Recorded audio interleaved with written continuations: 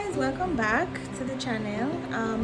Today I'm gonna be sharing with you my trimester 2 updates. No, recap, because trimester 2 is finished, so it's a recap, not an update. I am currently 33 weeks pregnant, so what, 7 weeks to go. That feels so surreal to say, but we won't even get into that. Trimester 2, what can I say about trimester 2? It was very different from trimester 1. If you did not watch my trimester 1 recap, I'm gonna put it in the little card thingy or down in the description, whichever one, or both. So you can watch that, so you can know what I'm talking about. My trimester 2 is very different from trimester 1. To sum it all up, it was weird, but it was good. You're gonna see me looking down because I have some notes written down in front of me, because pregnancy brain, again, very real. Nothing, no myth there. It's real disease. So one of the first things I started experiencing in trimester 2 was breast tenderness. And I'm sorry if you hear my fan in the background. Let me tell you, the heat that comes with pregnancy is a crazy thing. The place hot, but like your belly hotter. So yeah, that's what you're doing. So one of the first things I started experiencing in trimester 2, was breast tenderness. And when I say tenderness, I don't mean like, like when you're ovulating, maybe some people I guess experience that, but like when you're on your period and the breast hurts, but this is more like a throbbing pain sometimes. So the breast hurt generally, especially when you have them like out and you don't have on like a bra or something to keep them in place. It can be really painful. The movement of the breast and all of those things can be really painful. But I was feeling like a throbbing pain every now and again, like a sharp throbbing pain every now and again, which I think it said somewhere something about my mammary glands, correct, doing what they need to do to make milk. Which I guess to combat that, I did warm compresses and I did breast massages, titty massages, and I also used some CBD oil on my breast. I know there is a lot of unknown around using CBD oil while you're pregnant. I did not ingest it, let me just put that out there. I just rub it on the titty because I know that it's good for pain relief, and honestly it worked.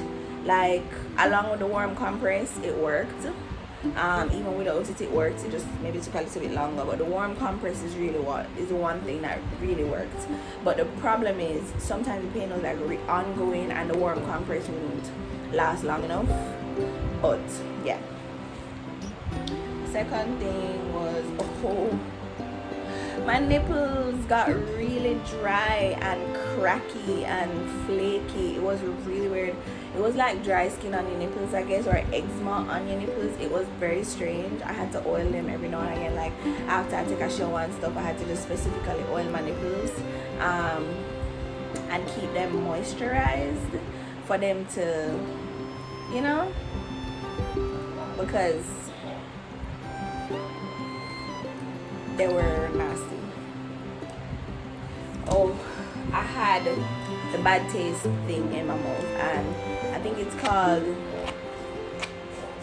it has a name. I'm gonna see if I can find out the screenshot and put right here, but it has a name of what it is, and it explains to you. Basically the hormones create some bad taste in your mouth, or some people have like just a general bad taste, and some people have like a metallic taste in their mouth.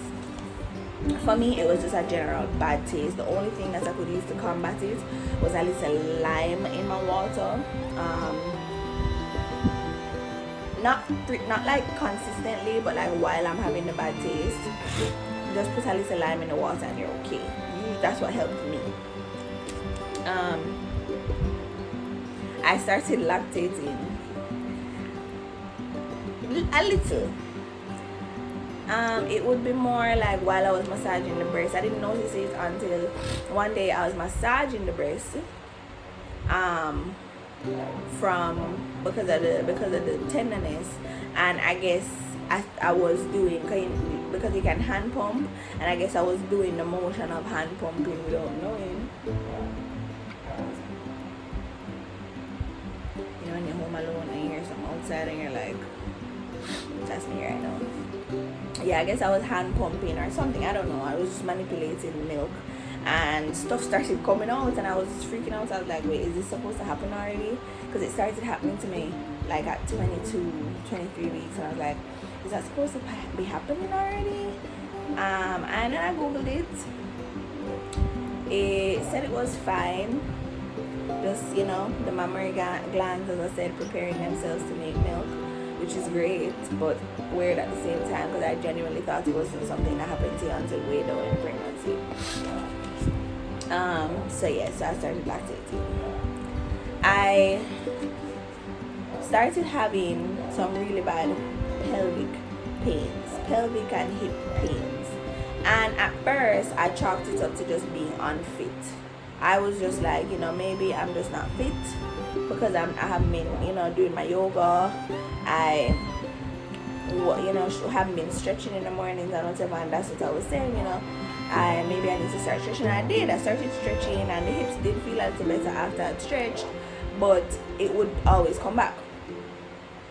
Closer to the end of trimester 3, it started to get really, really bad. Like really bad, to the point where I couldn't walk. I wasn't able to like step up into my shower, those kind of things. Putting on my clothes was hard, so I was like, what the heck? Reached out to my doctor, only to realize, only for him to, I googled it first, of course, because you know Google tells all. Google told me about something called SPD. I'm gonna put a definition somewhere on the screen, or they call it PGP, which is pelvic girdle pain. So SPD means symphysis pubic dysfunction or pubis dysfunction, and PGP is pelvic girdle pain. You can call them either things, that's usually what they're called. Anyways, it was either that or sciatica. That's what Google said. So I reached out to my doctor, not giving him any of the information that I found. I was just reaching out to him to say, oh, this is what's happening to me, whatever the case may be. So he told me that it's more than likely the SPD. Simply means that your body is creating, when you're pregnant, your body creates relaxin, a chemical called relaxin, to help your joints move more freely, apparently. And some pregnant women, like myself, who get SPD, create a little extra. So your pelvic bones become a little unstable. That is what the definition generally says. It's something that can last for quite a while throughout your pregnancy, but it also lasts for a couple weeks after you have the baby. I've seen stories of some women getting it after they have the baby, and usually they say that usually if you've had it during one pregnancy, you're gonna have it during all of them. There's a possibility that you have it during all of them, but you know, nothing is cut in stone. Every pregnancy is different, and every time for the same person, you could have 4 kids and you have four different, completely different pregnancies. It really, you know, it really don't matter. Something else that was happening to me at the beginning of my second trimester, I was really stuffy all the time, which they say is normal. I don't really understand why it's normal, but it is. And it's not something I spoke to my doctor about. It's not something that I got medication for. I just kind of rode it through, light a candle here and there, you know, smell some alcohol, some inhaler, blah blah blah, clear my nostrils, whatever. I didn't take any sinus medication or anything. I've been really trying to stay away from medication during this time, because I just believe that we put so much shit into our bodies already that medication is just making it worse, especially for the baby. The only medication I take is the painkillers for my SPD, because sometimes it gets really bad. Sometimes I can't sleep, sometimes I can't sit properly, sometimes I can't even get up off of the toilet or sit on the toilet. So sometimes I have to, you know, and sometimes I can barely walk. I have to hold on to everything to walk. So sometimes I do have to, you know, pop a couple pills, and I don't take anything strong, some Panadine.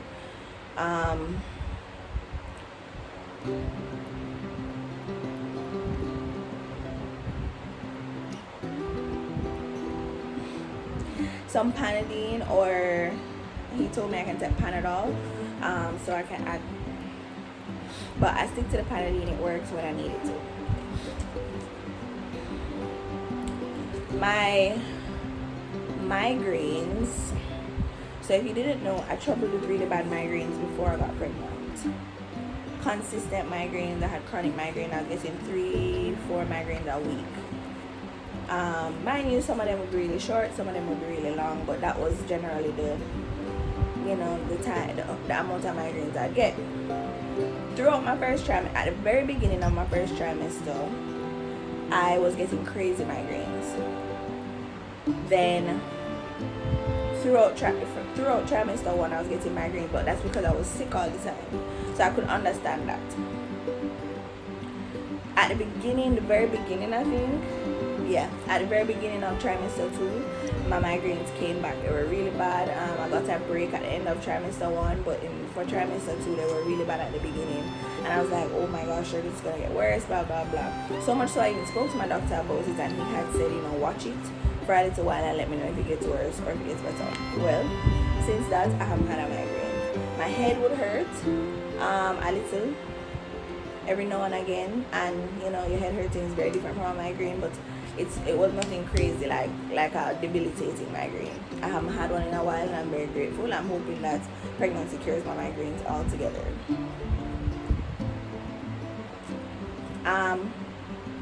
I haven't had any appetite, or I didn't have any appetite in the beginning of trimester 2.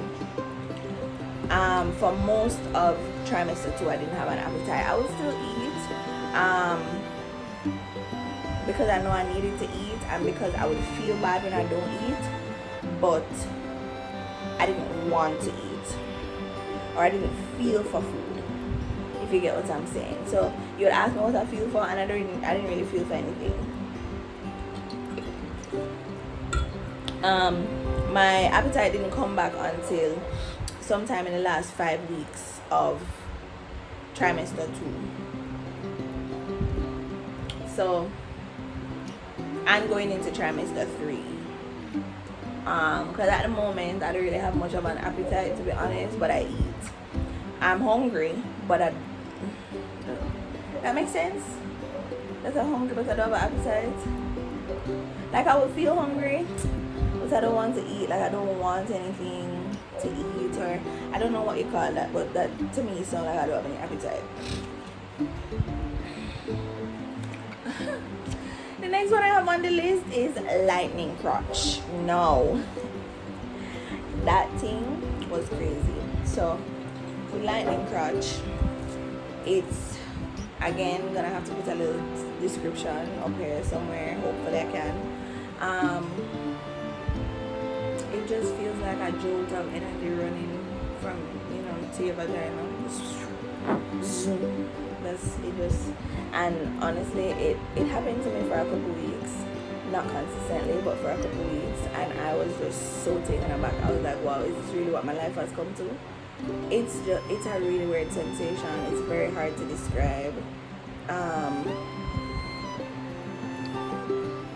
but it's there, and it's something you have to feel. I don't know how to describe it, to be honest. You just have to feel it. I'm so sorry.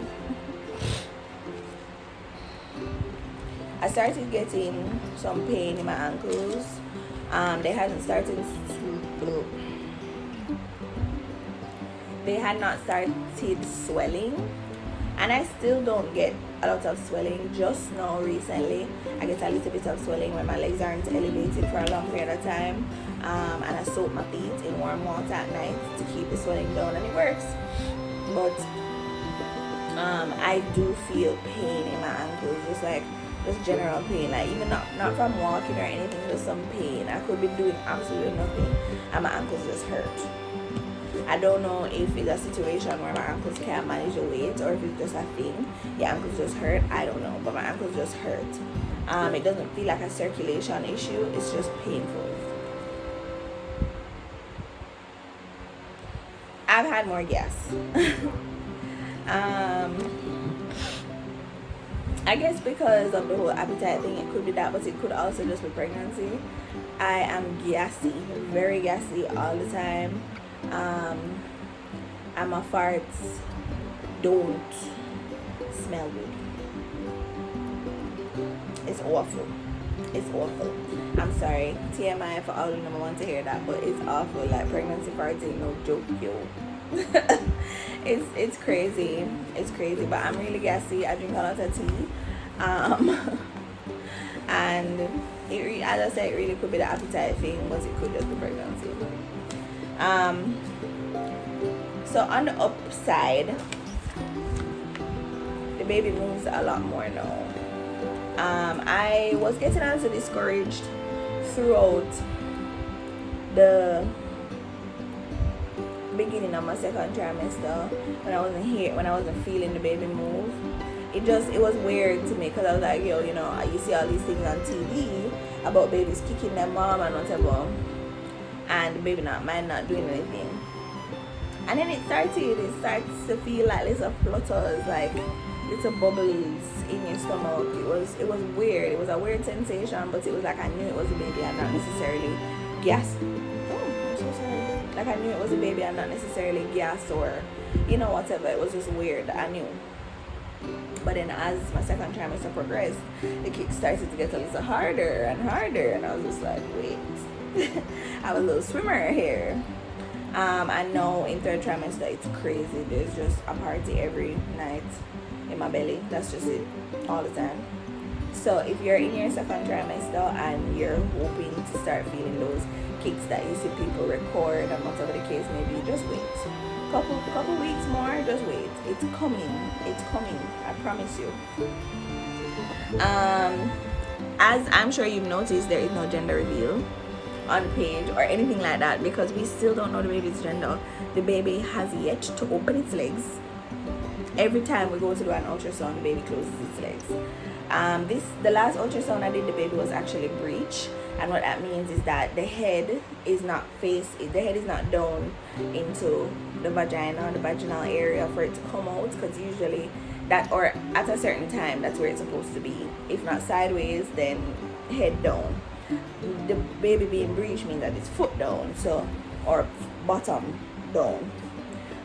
So it would deliver with feet first or bottom first, which it's risky apparently to deliver babies like that, because when you get to the head part, I think it can suffocate them because it, you know, contracts around their neck, I think. Don't quote me on that, but I think. So the baby was actually breech week. When did I go to that ultrasound? I think it was 28 weeks. So right at the end of trimester 3 or 27, trimester 2, sorry. So, or 27 weeks, somewhere around that general vicinity, I went to do an ultrasound to try and find out the gender, and lo and behold, nothing. This time it's because the baby breech and its legs were closed and curled up in my pelvis area. Now I'm feeling like if I go back for another ultrasound, the baby would probably show us something. But at this point, ultrasounds are not cheap.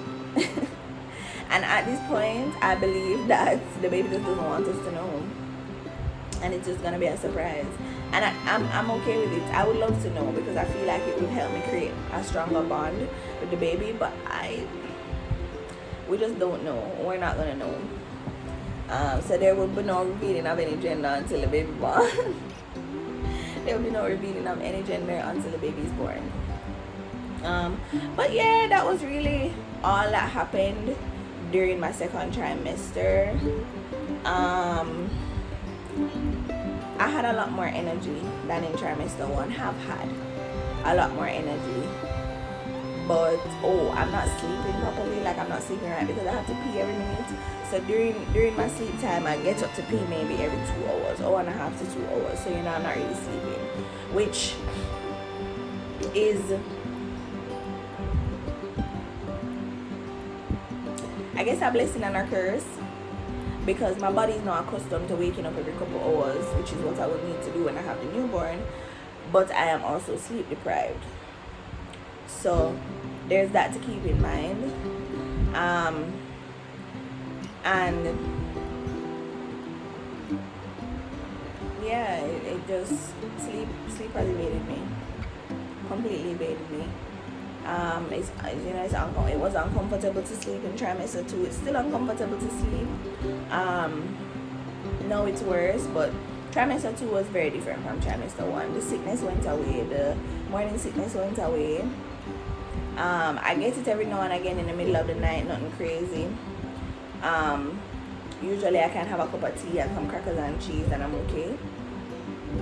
The cravings are still the same. Nothing like outrageous, like those, weird things that pregnant people eat, nothing like that. But still, yeah. So, but for the most part, I don't hate trimester 2 as much as I hated trimester 1. So there's that to keep in mind as well. Yeah. So that's basically my trimester 2 recap. I'm gonna film a Q&A if you guys have any burning pregnancy questions. Y'all know I'm an open book. I keep no pregnancy secrets. Just you can DM me on social media.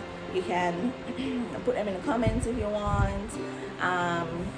However you want to do it, you can reach out to me and just let me know what questions you have, and I will answer them in my next video.